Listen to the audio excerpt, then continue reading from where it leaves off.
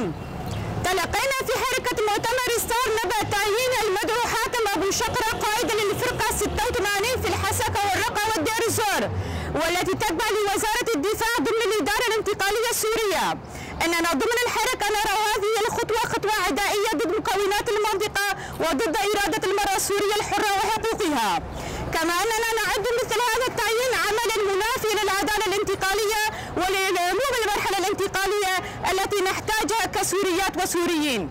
في الوقت الذي ندين فيه هذه المقاربة الغير المسؤولة، فأنا نعدها خطوة منافية للاتفاقية 10 من آذار المنصرم الموقعة بين قيادة قوات سوريا الديمقراطية ورئاسة الإدارة الانتقالية، ولا سيما البنود المتعلقة بحقوق المكونات وحقوق المرأة. وبناء عليه فأنا نطالب بالتراجع الفوري عن هذا القرار المتخذ وتقديم المدعو حاتم أبو شقرة إلى المحاكم المختصة لمحاكمته محاكمة شفافة وعادلة. كما نطالب من الذين اتخذوا هذا القرار السائد تقديم الاعتذار الفوري من العائلة الشهيدة السياسية هافرين خلف التي تم تصفيتها مع مرافقين لها على يد القاتل المجرم أبو شقرة.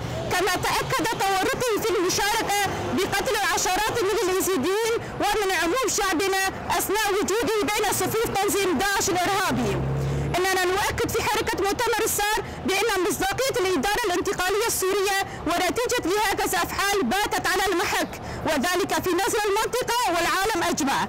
كما أننا نحذر الإدارة الانتقالية من أن المقاربات الإيجابية التي تبديها بعض الحكومات الإقليمية لن تشفع له نتيجة ما يرتكبه من أفعال ومقاربات غير وطنية. مجلس مؤتمر ستار 7/5/2025. جنجيان آزادي، جنجيان آزادي، جنجيان آزادي، جنجيان